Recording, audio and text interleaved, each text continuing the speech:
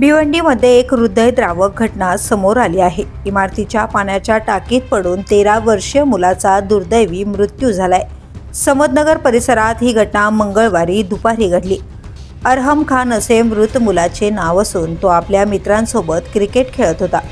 खेळताना चेंडू इमारतीखालील पाण्याच्या टाकीत पडला।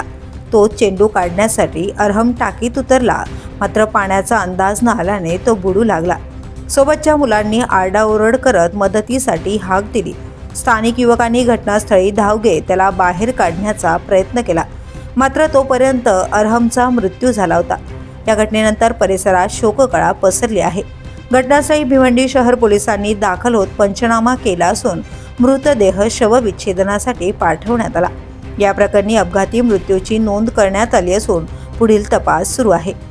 दरम्यान या घटनेमुळे लहान मुलांच्या सुरक्षिततेचा प्रश्न पुन्हा एकदा ऐरणीवर आलाय।